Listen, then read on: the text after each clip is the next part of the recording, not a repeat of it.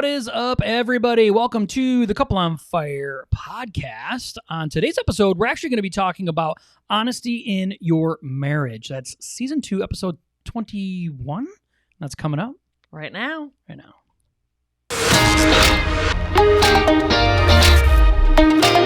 Are you a Christian and you are looking to take your faith, your family, and your future to the next level? Then this is the channel for you.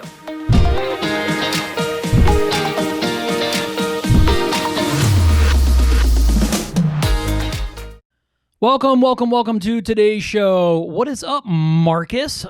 We saw with the extra O's, the big hello. Hey, if you are on right now or if you are on for a replay, please put hashtag replay if you are on so we know if you watched it after the fact. Or if you could please hit the share button. That always helps us get some reach. So today's episode, we want to talk about something that's super important, not just in your marriage alone, but in every relationship, really, and that is the level of honesty. I mean, and the whole purpose and point of honesty is to create a trust within your relationship. And since Christy and I are really, a major part of who we are is our blended family, and knowing that coming into it, creating trust is really, really difficult because we both come from divorce, and we come from marriages and stuff that were really broken, and trying to create a brand new trust and a brand new relationship was something that we've had to work really, really hard on. And we've been able to do that, not just because of putting in a lot of hard work, really paying attention about who Christ is and how he can be in the center of our marriage, but really understanding how important honesty is in our relationship. Yeah. We've been very honest. All the way honest. Yeah. From the beginning. Yeah. Yeah. Anything you want to add before we jump in? No. Okay.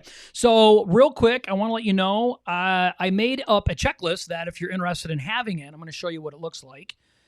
And it is right here. So I made up a checklist. So if you're interested in having a checklist to go along with this after the fact, you can download it. I think there's a link in the description. I'll make sure to put one down in the chat as well. And you can click on it and download it. It's completely free. And this way you can have it. It's the things that we're going to be talking about today, but we want to make sure that we're holding ourselves accountable and we're making sure that we're actually applying these things and doing it. So I went ahead and created something for us today to be able to go on and do that. So I'll make sure to put it down in the description or down in the comments. Let me see if I can do that right now. Yep. So it is there. So we'll kick it off with the very, very number one thing, the very first thing, and that is tell them it's okay. Yes. So I love this point. This helped in our relationship a lot because I guess I don't want to put a stigma on, male and female, that all females are the same way as me or all males are the same way as Josh, because that's not true. But women tend to be the more emotional creatures, and a lot of times, especially when him and I first got together, I'd be questioning a lot of the things that he would do or questioning who he was texting on his phone, or I'd have questions about where he actually was, especially when him and I first got together.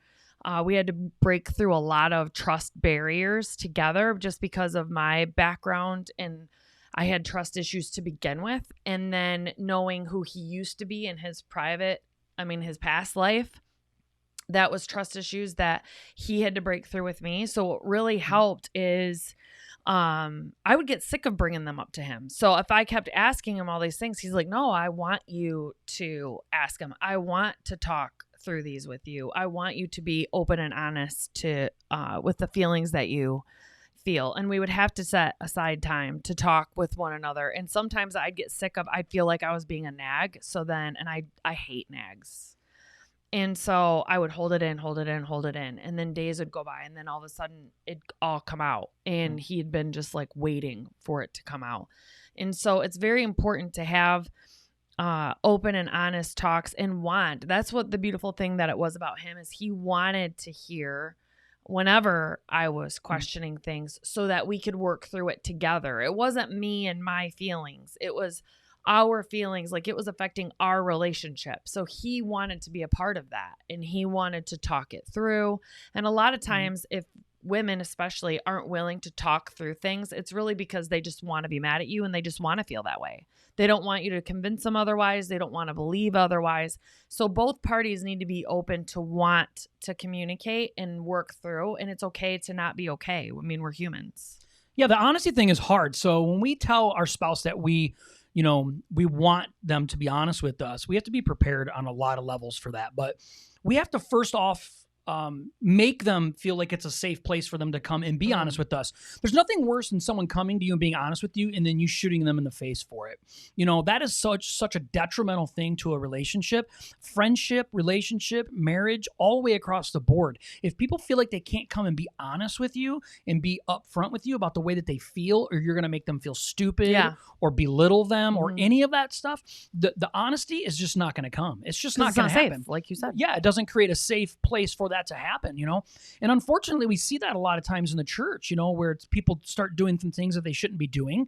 And because we live in sin nature, and it's hard to come clean about that stuff, the church has good intentions. We always have good intentions, but in our marriage, we have to make sure that we go beyond the good intentions, that we say, listen, I'm telling you right now that no matter what you're ever honest with me about, I'm not going to jump to conclusions. I'm not going to instantly get mad. I'm not going to do any of that stuff. I'm going to make sure that as my wife, that you have a safe place to come and be fully upfront and honest with me about whatever it is.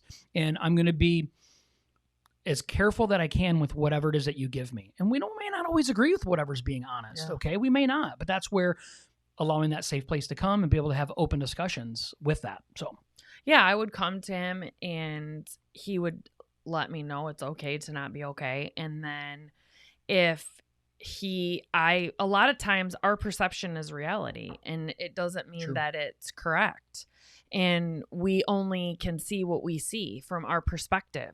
And so it's important to talk that through as a couple, because then he would say, well, this is why I disagree, or feel like I don't understand how you can feel this way or see it this way because of these reasons. And then he shares his perspective with me, and it opens my eyes to a side. It's not like I wasn't seeing it on purpose. I was only seeing it from what I could see it through. Until you talk it out with the other party and not make assumptions or put thought bubbles over their head of what you think that they're thinking.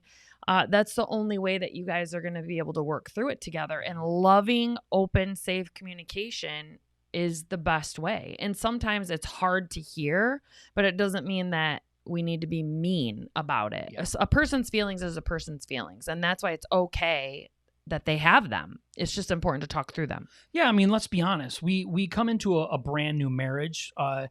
We bring baggage. That's a fact. There's no doubt about that. When we step into a new relationship and a new marriage, we're bringing baggage. And a lot of times that baggage is half our fault. It just is. And, it's a lot, like you said, our perception is our reality. So we may have had a whole different conversation in the way that the tone is and the reception and stuff with our exes than we do now with our current spouse. And it's not their fault, so we need to really step back and just be careful and allow them to have a trusting place, a safe place where they can come and share and be honest.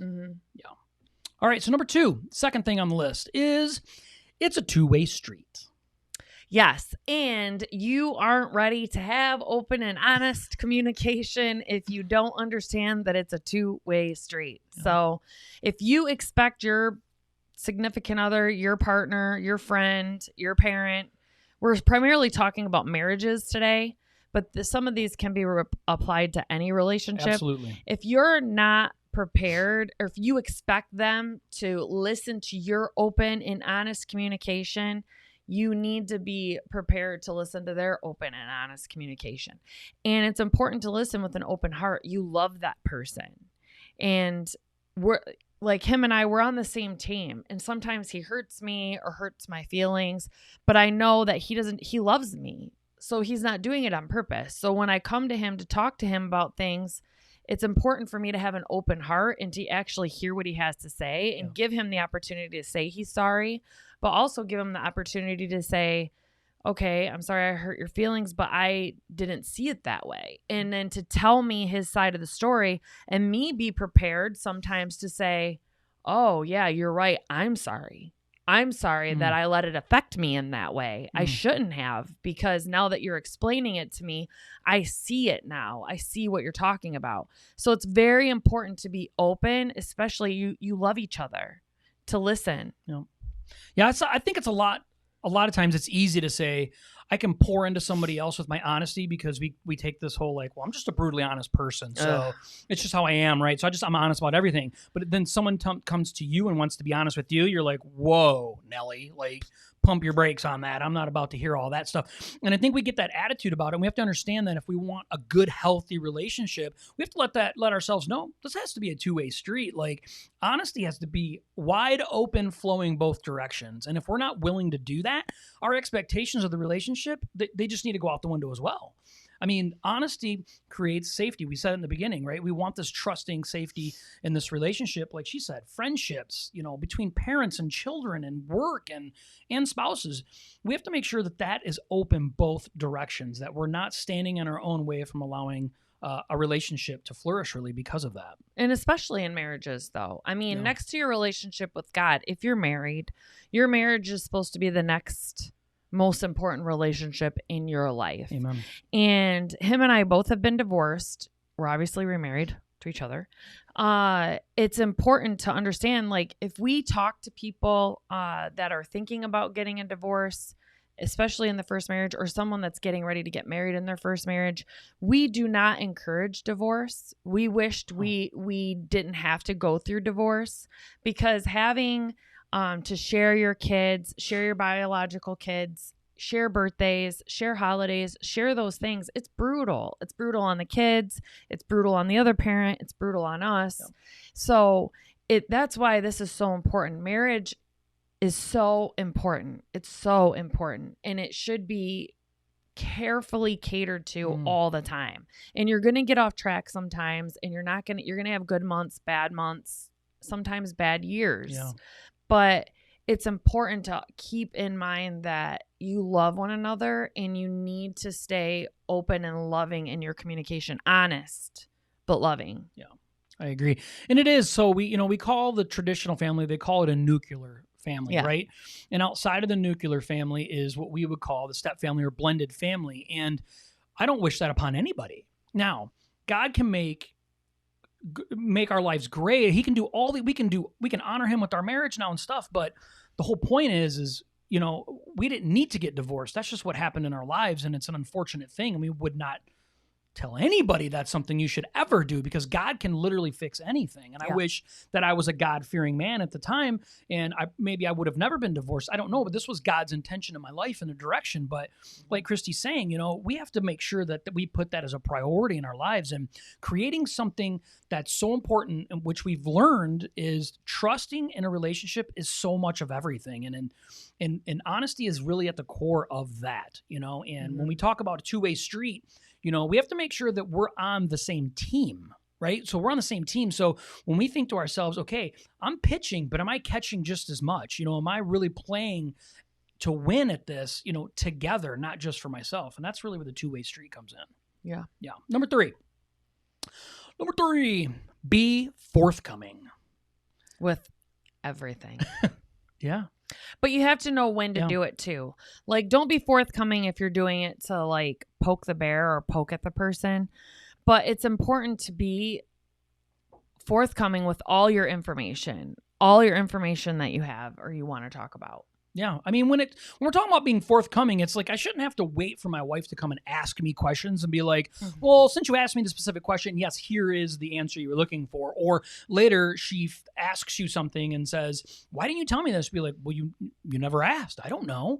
That is not being forthcoming. We want to make sure that if we know that whatever this information is, whatever it is, we know that it's going to be upsetting, and we know that maybe it could be something that we should tell our wives or our husbands.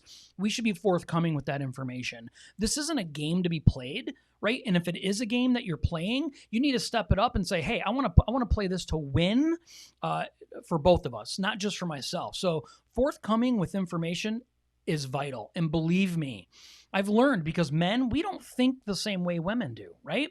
So a lot of times we'll be like, well, I forgot. Well, you only forget so many times until you're like, okay, she got super upset about that. Now, whether she has the right or not the right, we don't need to get into all that stuff. If whatever it is that I'm not telling my wife, if I think it's this big and she thinks it's this big, it doesn't matter. She cares more about it. I need to make sure that I am forthcoming with the information so she doesn't get upset about it. It's no skin off my back. I'll just make sure, because I care about her, to be forthcoming with that information and create that trusting, honest relationship, which later in time goes, if I didn't come forward with something, she doesn't think that I'm hiding something, sneaking something. She's just like, hey, he's always tells me, so he probably just really forgot. Well, and I think too, in a lot of relationships that I know, the people think they purchase something and it's something small and they don't tell their significant other. And I think we really underestimate how patient Satan is. Ooh. And the small little compromises that we allow into our relationships, and how I think we underestimate how much he wants to split up marriages specifically and families. And so people think like these little white lies or these little things that they're not telling their partner is insignificant, and it isn't. Because it starts causing a break in your own psychological mindset of, I don't have to tell my partner something. And it starts out really, really small. And then it turns into something bigger and bigger and bigger. It's no different than addiction, really. I mean, someone starts out socially drinking, occasionally drinking. I was that person. Then it turns into you're a full-blown alcoholic. And I can't tell you the time and place that specifically happened. It happened slowly over years of things happening and me making small little compromises in my life. And that's the way it is with relationships. Now, don't get me wrong. Every time you make a bad decision, I'm not looking at you to be like, oh, it's Satan. Satan made me do it. You know, like, no, that's not it. You're making the choice to allow them little white lies into your relationship. But those little small compromises, that leaves the door open for Satan to enter. And then that's when stuff can really start festering. That's when he can really start playing with your mindset and all of those things. It's very, very important for your marriage to be sacred to you. And what Josh and I talk about all the time is we want our marriage to be as pure as possible. And I think that the Holy Spirit convicts us over time to take, no different than our personal walk, to take our marriage to the next level. So like Josh and I mean, years ago when we first got together, we both could watch comedy movies or any type of movies that would have like nudity in it. And neither one of us thought anything of it, especially the comedies. You know, we didn't think anything of it. We would be laughing, all of this. And then as our relationship together with God progressed, it was so crazy. All of a sudden, we'd be watching movies and we both, I don't know, we just started feeling really uncomfortable. Super uncomfortable. Yeah. And we started getting convicted, but then it's important to listen to that conviction. And we don't allow that in our life anymore. We don't watch anything with nudity. We check IMDb before we watch a movie. Is there nudity in it? And if there's one specific scene only, we're not going to let it ruin the whole movie. It tells you where the scene's at. You pause it, you fast forward, and you rewatch, you know, from the beginning. So it's very important to keep our relationship, your relationship, if you're married, as pure as possible. It's not a game. It's not something to be taken lightly. These things are important. We are like so solid.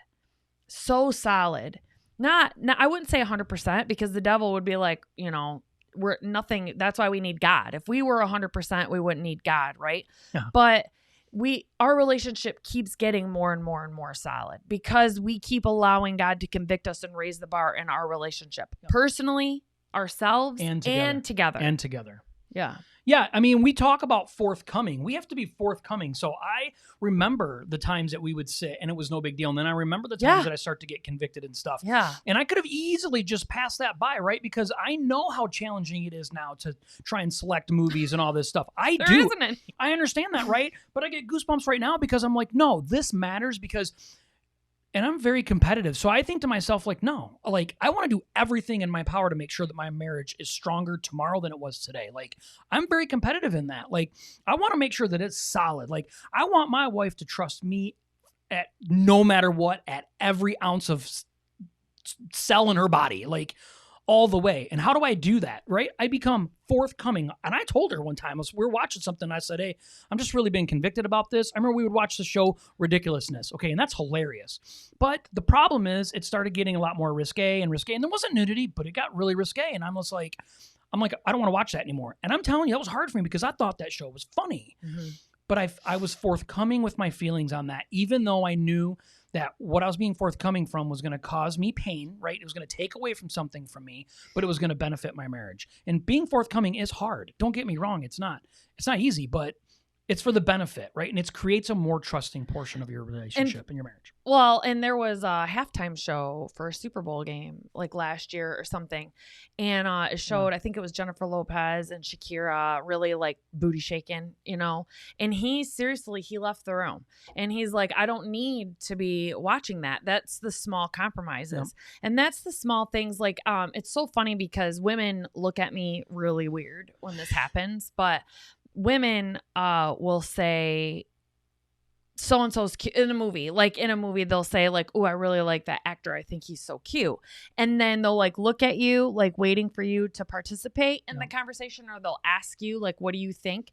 And I am like, I don't allow myself to think that way about other men. And that is true.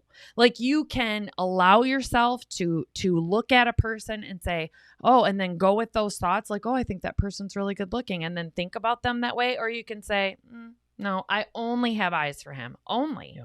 I don't want to think about another person that way. And that's being intentional with I it. don't want to.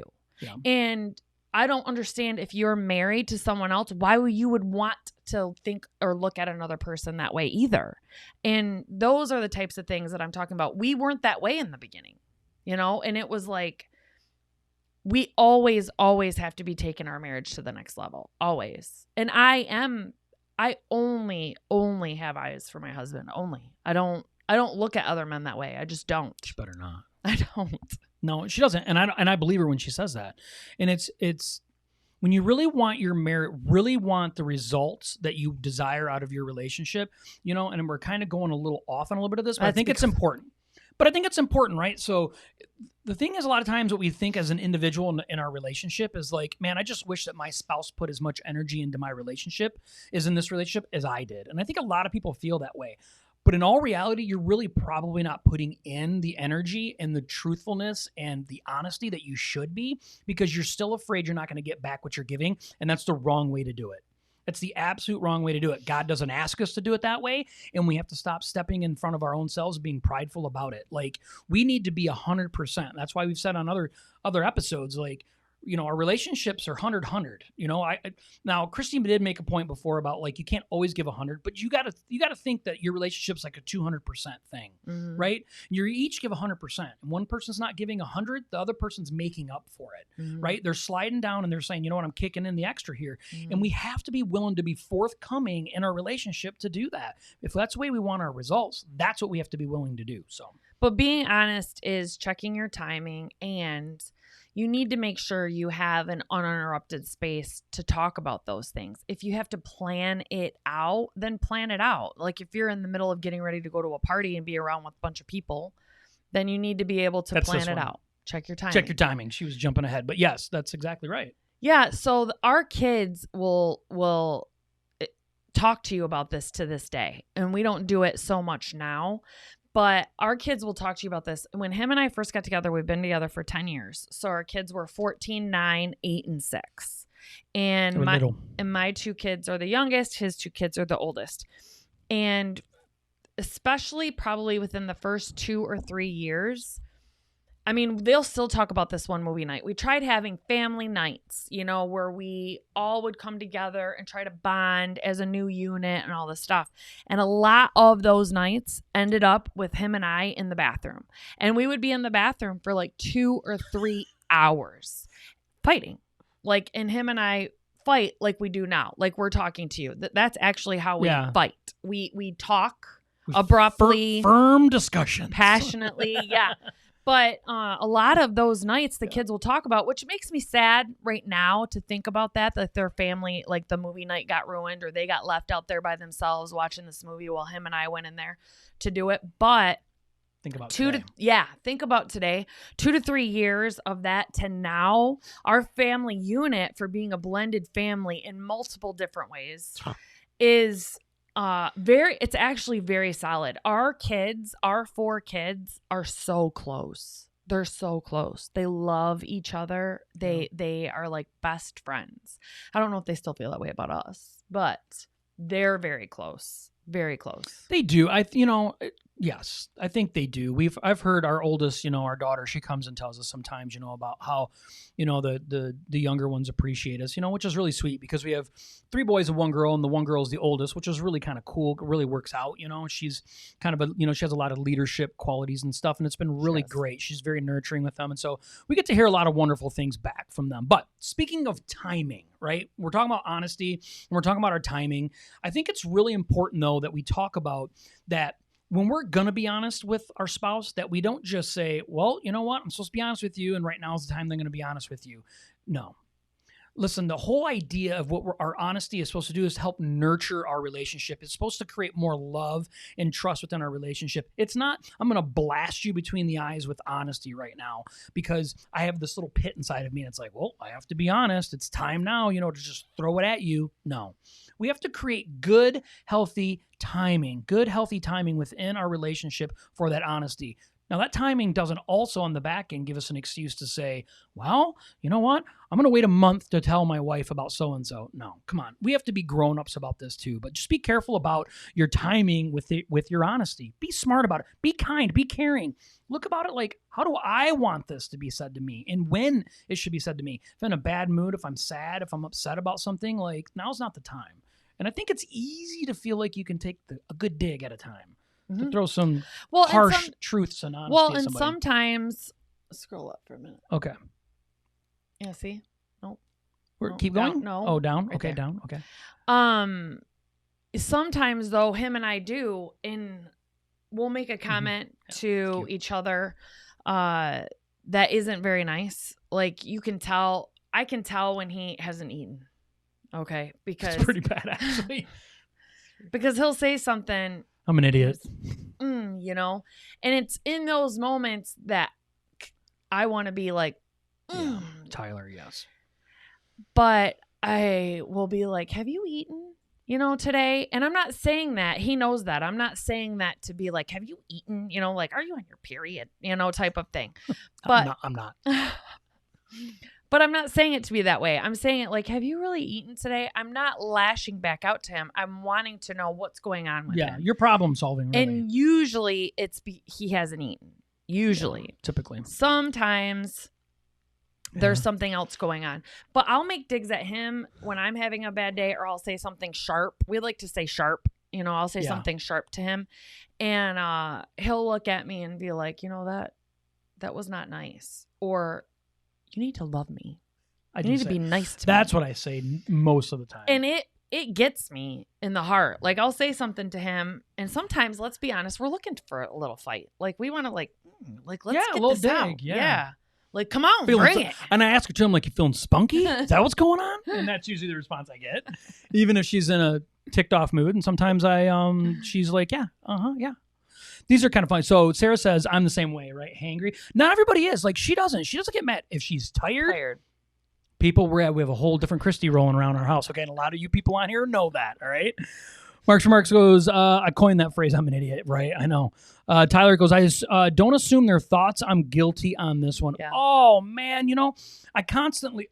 Okay, it must be a guy thing, okay? I'm glad that you brought that up because all the time I think that I know, like, because I'm all about, like, studying her and knowing her, and I'm right probably 80% of the time, but that 20% that I'm wrong, it always gets blasted right in my face, and not by her, by myself, because I'm like, man, I was completely wrong. Okay, and here we go. Okay, this is off topic, but it's important that I say this. So yesterday, our son was having some problems with his car, right? His steering in his car.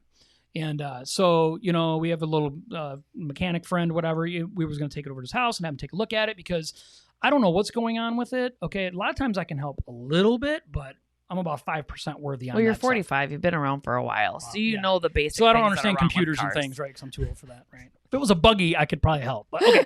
So anyway, so I'm out. We go outside, right? So we go and we're like, oh, we're gonna put some brake fluid in it. So we go outside and see if it's low, not brake fluid, on steering fluid. So we go out there. Power steering fluid, right? Yeah, steering fluid. So we pop the hood, right? It's a Toyota Camry. It's a car, right? And we don't own any other foreign cars. Okay, China. Don't hurt us.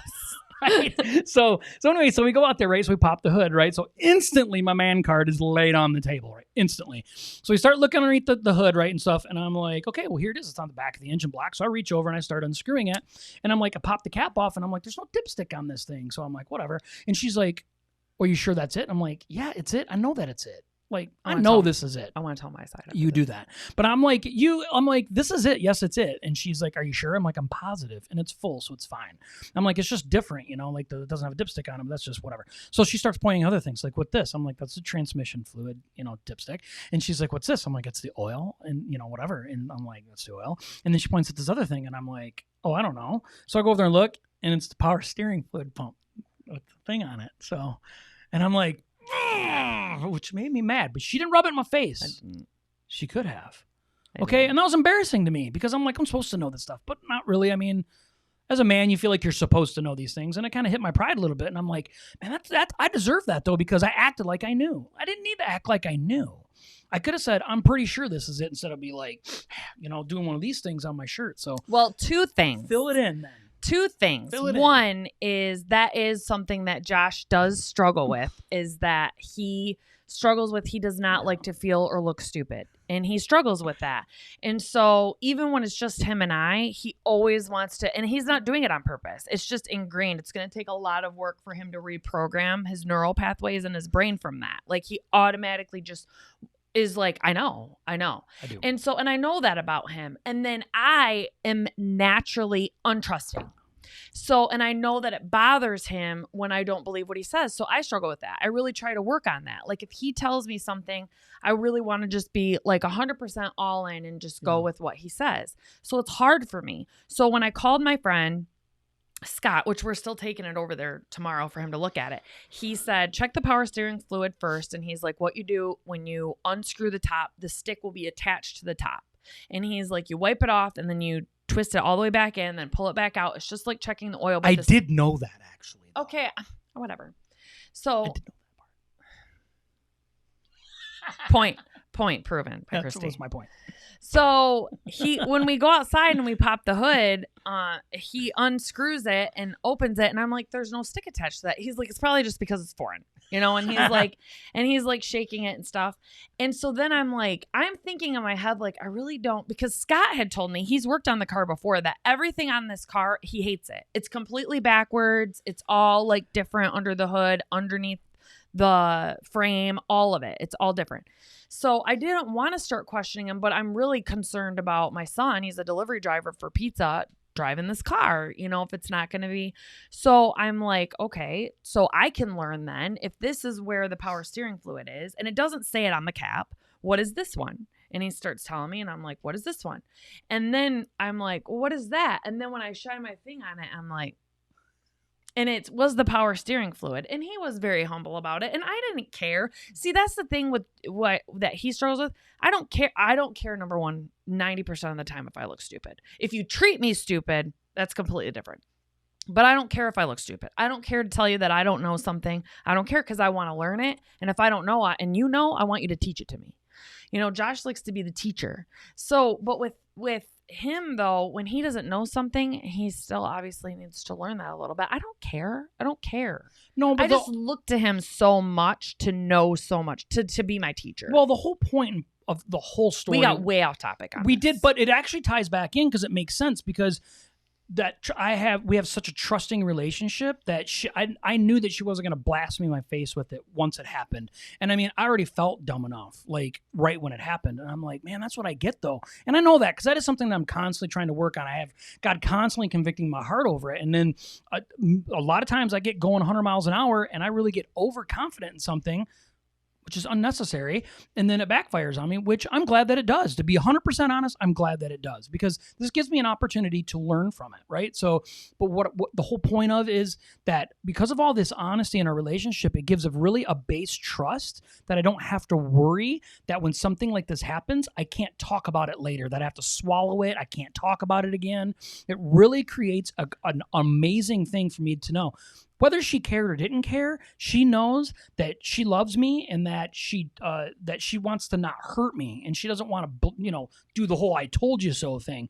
And sometimes we want to do that, but when we really step back and really care about our spouses and the relationships that we have, whether that is our spouse or friends or whoever it is, we want this relationship to be nurtured and carry on and go further. We really do. Well, and I think this is one of the reasons why our marriage is so safe, because I know what his biggest weakness is. And his biggest weakness is he always wants to just say, I know, or know that he knows. No, I always want to know. Yeah. But you always want everyone to think that you know, even if you right. don't know. Yes, true. And so I know that about him, and I love him through that. I already know that 90% of the time that's the path that we're going to go down if it's something that he doesn't know. And I don't care. I accept that about him. Just like for those of you, a lot of people in my life now, there's very, very few that knew who I used to be before I really submitted my life to God.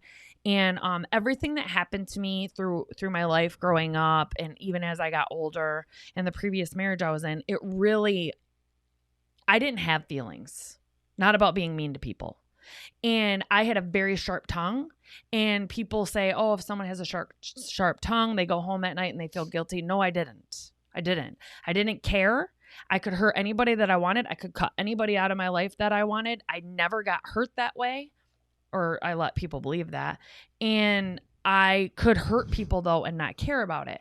And so I have a very sharp tongue, and God has changed that a lot with me. But my biggest weakness is I can get very direct, without taking into consideration someone else's feelings. And he knows that about me, and he loves me through that.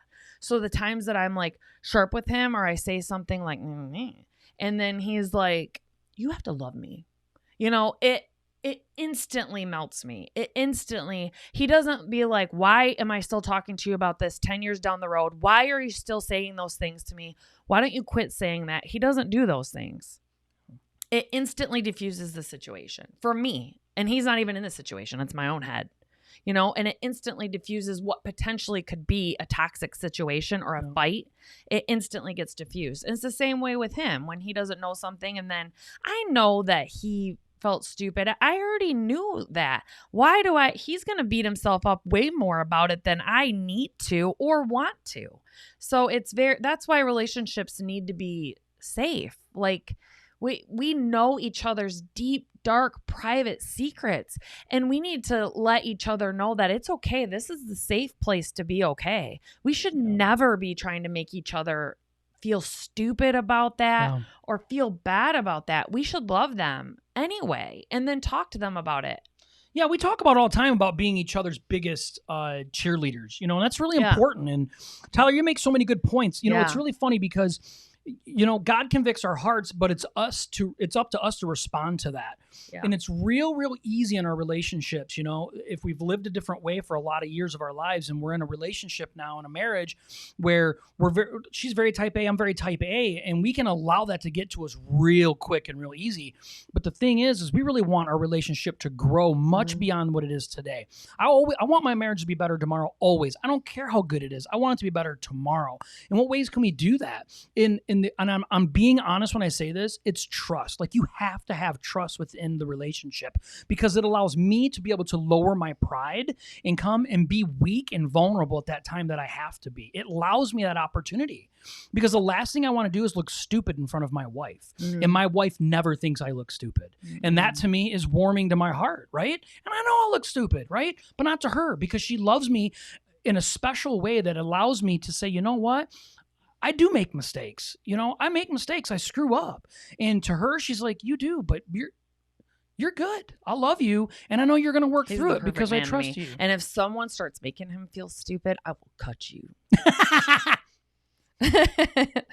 Like prison shank cut. Like somebody's about to get shredded. Okay, so I want to get on to the fifth thing, man. We've really branched through. So the fifth thing that we're going to talk about is transparency. And that was kind of where I was hitting at the very, very end of this, is about being transparent in your relationship. And I'm going to talk specifically, and I'll let her hit it here in a minute. Okay.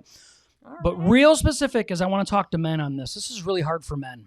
And we have a hard time being transparent in our relationships because we feel like it attacks our ego and our pride.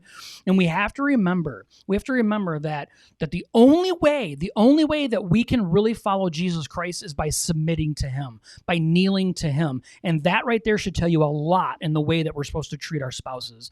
You know, we need to submit, we need to kneel, we need to be willing to lay our ego and our pride down and be fully transparent. Even when it's hard, we have to do that. And that's really what creates a true trusting relationship. And that's for men. I only know because I'm a man, so I can only speak from a man's standpoint. So transparency. Well, him and I were talking about this. I mean, all the points, obviously, a little bit before we came on, but it's important to, I know some marriages where they keep their money separate or they don't tell each other their passwords to like computers, emails, phones, things like that. And they have convinced themselves that it's their right, that they have to have some privacy, you know, and it's really weird because that starts to build distrust in the relationship, a very small distrust. And the thing about it is, like, when him and I first got together, we exchanged all of those things only because I had massive trust issues. And when him and I first got together, I would, when he was around, go sneak through all of his stuff, trying to look for something to like catch him in, because I was such a like broken human being, distrusting human being. But the thing about it is, now that we had to go through all of that hard work, because sometimes I would find things and don't think that I'm not going to, like, I'm snooping to find something. Once I find something, I'm not going to bring it to his attention. I'm going to. So we would have to go through long, dumb conversations, unnecessary, but they turned out to be necessary now, because now that was probably the first 3 or 4 years, and 3 or 4 years is a long time. Okay. Try to do a plank for 10 seconds. Okay. 3 or 4 years is a long time to feel like you're having the same conversation. You're beating your head against the wall. But now 10 years in, so 6 years going on that, we always are, we have each other's codes to everything. Yeah, we share a Facebook page. Yes. And do you think he's ever snooping through my stuff? Am I ever snooping through his stuff? No. And there isn't a need. There isn't a need to do it because I trust him, because I already have everything. So why would I want to try to catch him in something? And why would he want to hide something from me? It's got to be a mutual thing. I want him to have, like, a couple jobs ago, I had a tracker on my car. And I gave him the login to the tracker on my car because I traveled all over the state. And I worked with 98.9% men. And I traveled all over the state, and I would stop and have lunch, or I'd be all different. And I wanted him to understand. I want him to trust me. So here's the login to my car. If he's texting me and I'm not answering, or I'm busy or doing something, he could look up to see where I was. I don't care. Or drive there. No, not that. He never did that. It is true though. Like, you have to. But I want him to feel safe in this relationship. That's my responsibility. Just like it's his responsibility to make sure I feel safe. So it's us together. It's us together against the world, with God, against the world. And Satan wants to see your marriage fail. He wants to see it fail. And we've already each had a marriage fail. We've already learned how to not do it right. So I think a big part of marriage, though, is a lot of times we think one of two things. At least this is what I hear a lot of, right? Well, I'm not going to lose my identity. Like, I'm not going to lose my identity. What do you say? Only privacy we give each other is bath time. But that's the only way we both want it. That's true. Bathroom time. Okay, let's just leave it at that. So I think a lot of times what it is, though, is we feel like we're losing our identity as a person. But you have to remember, we're becoming one. God calls us one. Right? We are one, and we have to make sure, if we don't have anything to hide, why would I want to have something separate from my wife that she can't know about or see? Like, why would I want that? Where's my compute in my brain? No, and where's my heart desire in that? Why do I not want her to have access to everything all of the time? And right there, that's automatically creating distrust. It just does it naturally. If you don't have access to something, right, then it's like, a lot of times people will say, okay, well, it'll build trust. They should trust me. No, there is no shoulds in marriage. There is no shoulds. It isn't like I have to tell my wife I love her every day, and if I don't, well, she should know. You can't look at me and say, well, I put a ring on it. Right. And that's not fair, though. And it's not fair. But we want to feel that way. And really all we're doing is allowing our flesh to get in our way of really caring for our spouse in the way that they need to be cared for. Share your emails, share all that stuff. And if it becomes questionable, you need to really check yourself. Why is this questionable? And I'm telling you right now, many times I would have my ex-wife, we got in text messages, and I would tell Christy, I'm like, I'd be sending her, I'd be screenshot send. I'm like, you just got to see this. I don't want it ever coming back. And because believe me, that sabotage happens intentionally by other people. It does. And I don't ever want to allow that to happen. Yeah, I want to allow that to happen. So, giving access and that transparency at the highest level really puts me at ease. Number one, keeps me accountable. Okay. We have flesh, right? We want to make sure that we're held accountable. I don't want to not forget or just say, yeah, that's not a big deal. I don't want to argue about that. So I'm not going to tell her. Like, no, it keeps us fully accountable. And that transparency really builds major trust within our relationship. Yeah. And Tyler made a good point. He said Satan wants division and confusion, which is exactly true. That's exactly true. And a lot of times that's what would happen when you actually have human beings that are trying to divide your relationship too, which his ex and my ex both did, like purposefully. Yeah, they tried hard. Very, very hard. Yeah. My ex would be texting me or calling me saying like, oh, I saw him and he was out with another girl having lunch, just complete fabrications. No. Or the text messages between him and his ex, the next time we were around each other at a children's event or something, she would make sure in passing to bring that up. Well, Josh and I were talking the other day, and I'm like, yeah, I know, he told me. And it would like shut it down because people don't realize how much we talk. And to me, I would look at him and be like, man, other married couples, don't they talk this much? Like we tell each other everything that we remember, and if we forget something and then it comes out, we learn our lesson, like he said, and say, okay, no, I need to make sure to tell them that. And it's gotten to the point now. And like she said, we have to really grind through it, and everybody does, right? So maybe you've been married for 20 years and you haven't practiced this way. Plan on this now being a grind for a while until it becomes right. And that's just part of it. It's no different than our spiritual walk that we have. He's my ride or die. So that's like our spiritual walk though, right? I mean, at times in our lives, we really grind through it and really like have to push hard and dig deep to make sure that we're following Christ in some proper ways in our lives, because we go to our secular job and we have all these other things and we're like, I need to tighten the belt on this. Well, our relationship, our marriage is no different. And especially in a blended family, our communication level has to be astronomically awesome. It has to be, because like she said, the enemy's trying to get a foothold in our relationship and tear it apart at all costs. At all costs. The last thing I read something just recently, and it was about a pastor said something about, God created marriage. That was his creation, right? The marriage is his creation. Guess who wants to destroy that? That's a union that God purposely created to grow and have offspring and have all this awesome stuff that goes in the world. Of course Satan wants to destroy it. Of course he does. He wants to come in between it. So we have to make sure that we're doing everything in our power to create the trust that's necessary. And we do that through having massive amounts of honesty. We love you, Tyler, you and Kelly. You guys, seriously, I'm so proud of the work that you're doing for God's kingdom. Honestly. It is inspiring. We love you guys to death. We can't wait to be able to come down and meet you guys in person someday, because we definitely are coming to you. You don't need to come to Michigan. Yeah, so Tyler him and his wife have their own thing that they do every Sunday called Sun Live 662. If you guys get a chance, please check it out. Tyler, you're on. Put a link down in the description, please, on the one in the chat so people can check you guys out. They're amazing. Incredible. They're awesome. On fire for Jesus. And they are just as flat out honest and pure, and who they are is what they are. And it's awesome. It's a great show. So love it. And they're a blended family. And yes, they are. Mm-hmm. Yeah. It's an incredible thing. So God can work. He can work in your relationship. Just remember, we got to put him first and put your relationship and your marriage second, and understand that's how it needs to be. Trust, honesty, it's important. If you want to have the fruit of a healthy relationship, put the work in and do it.